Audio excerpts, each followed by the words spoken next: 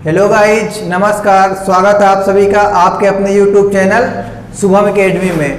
जैसा कि आप सभी को पता है कि रेलवे की लगातार क्लासेस इस यूट्यूब चैनल में प्रोवाइड करवाई जा रही हैं। आई होप कि अगर आप लोग वीडियो देखते हैं और चैनल पे बने रहते हैं तो निश्चित ही आप लोगों को इस चीज़ का प्रॉफिट होगा और रेलवे में आप अच्छे स्कोर कर पाएंगे। जीके की क्लासेस आपकी चल रही हैं, साइंस की क्लास चल रही है, रीजनिंग के भी कुछ वीडियोज प्रोवाइड करवाए गए हैं। तो आप वीडियो जाके चेक करिए और उसका फ़ायदा उठाइए। और मैं आप लोगों से सिर्फ इतना ही एक्सपेक्ट करता हूं कि अगर आप लोगों ने वीडियो देखा है तो उसका प्रॉफिट निश्चित ही होना है। जैसा मैंने पॉलिटी में ढेर सारे टॉपिक्स कवर करवाए, बड़े बड़े टॉपिक्स अपने कवर करवाए, चाहे वो प्रेसिडेंट हो, प्राइम मिनिस्टर हो, लोकसभा हो, राज्यसभा हो। ये ऐसे टॉपिक्स हैं जहाँ से क्वेश्चंस आने ही आने, ये पेटेंट टॉपिक हैं। आप अगर previous year question paper analysis करते हैं तो यहाँ से आपको क्वेश्चंस देखने को जरूर मिलेंगे। सो गाइज, आप लोगों से रिक्वेस्ट करना चाहूँगा कि प्लीज़ वीडियो पे आइए और चैनल को सब्सक्राइब करके वीडियो को देखिए। एक दो वीडियो आप देखेंगे तो खुद ही पता चल जाएगा कि आखिर यहाँ के फैकल्टी द्वारा हमको क्या पढ़ाया जा रहा है। सो इसी बात के साथ आज की क्लास को शुरू करते हैं। पॉलिटी की हमारी क्लासेस चल रही थी। पॉलिटी यानी राज्य व्यवस्था, जिसकी हमने इंट्रोडक्शन क्लास पूरी दिखाई थी, जिसमें आप लोगों का अच्छा सपोर्ट मिला था। लेकिन धीरे धीरे देखने को मिल रहा है कि आप लोगों का सपोर्ट एकदम से कम हो रहा है। लेकिन आई होप कि आप लोग अब फिर से हमसे जुड़ेंगे और अपने वीडियोज को देखेंगे, जिसमें हम आज आपातकाल के बारे में बात करने वाले हैं, इमरजेंसी की। ये तो ऐसा टॉपिक है जहाँ से क्वेश्चंस, चाहे प्रीवियस ईयर क्वेश्चन पेपर हो, चाहे आप सेंट्रल में कोई एग्जाम दें, चाहे आप स्टेट में कोई एग्जाम दें, यहाँ से क्वेश्चन आना तय है। आपातकाल को इंग्लिश में बोला जाता है इमरजेंसी। इमरजेंसी कितने प्रकार की होती है? 3 प्रकार की होती है। आर्टिकल 352, आर्टिकल 356 और आर्टिकल 360। तो हम बात करने वाले इसमें कितने से कितने तक है? आर्टिकल 352 से 356 तक। और इसे हमारे संविधान के किस भाग में रखा गया है?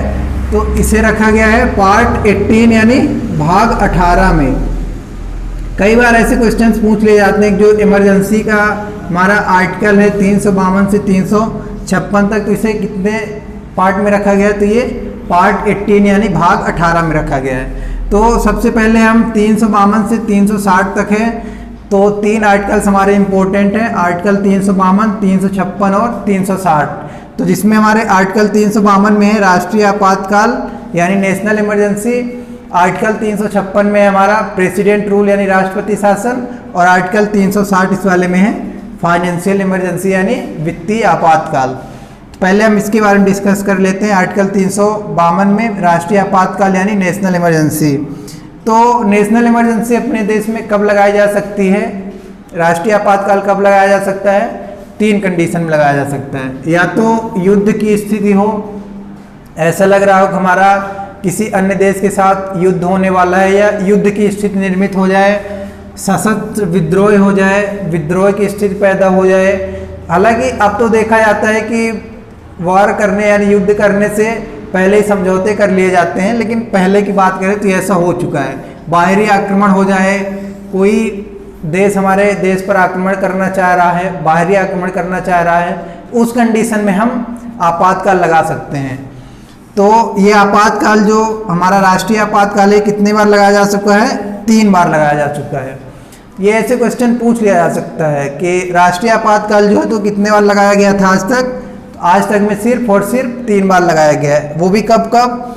1962 में लगाया जाता है। कब? जब चाइना वॉर होता है, चीन के साथ हमारा युद्ध होता है, तब राष्ट्रीय आपातकाल लगाया जाता है। जैसा मैंने पहले ही बताया था कि युद्ध की स्थिति में जब युद्ध होगा तो राष्ट्रीय आपातकाल लगाया जाएगा। 1962 1962 में चाइना वॉर हुआ था, चीन के साथ युद्ध हुआ था, तब लगाया गया था।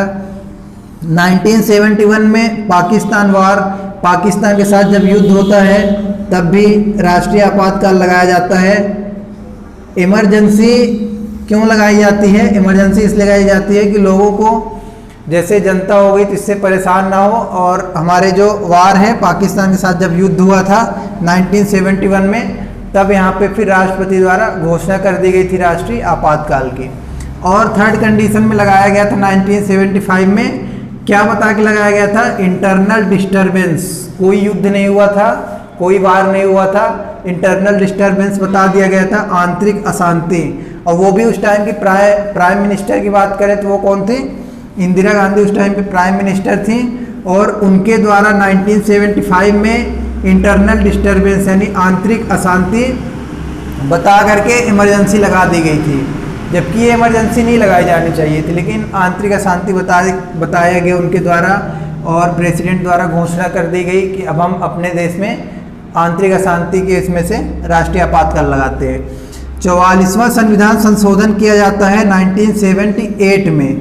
मोरारजी देसाई देश के प्रधानमंत्री बनते हैं, और उन्होंने ये जो आंतरिक अशांति शब्द का उपयोग करके नेशनल इमरजेंसी लगाई गई थी, उस शब्द को ही हटा देते हैं वो 44वां संविधान संशोधन करके, और उसको वो फिर सशस्त्र विद्रोह शब्द दे देते हैं।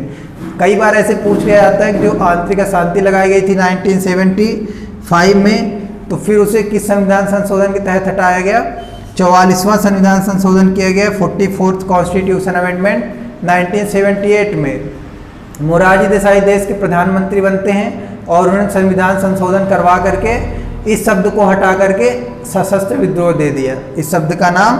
और हमारे अभी 3 आर्टिकल्स बचते हैं, आर्टिकल 356 और 360, जिसमें प्रेसिडेंट रूल और फाइनेंशियल इमरजेंसी है।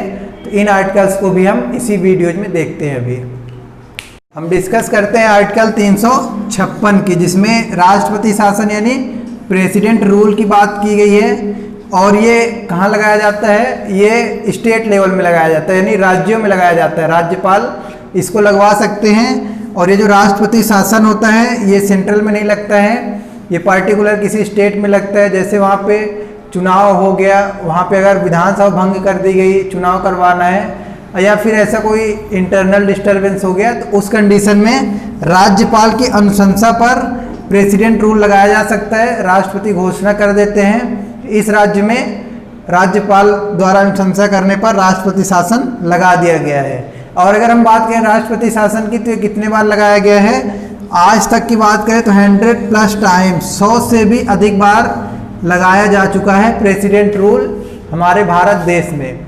जैसा मैंने बताया कि राष्ट्रीय आपातकाल तो सिर्फ 3 बार लगाया गया था, लेकिन अगर प्रेसिडेंट रूल पूछता है राष्ट्रपति शासन, तो 100+ टाइम्स यानी 100 से भी अधिक बार राज्यों में लगाया जा चुका है।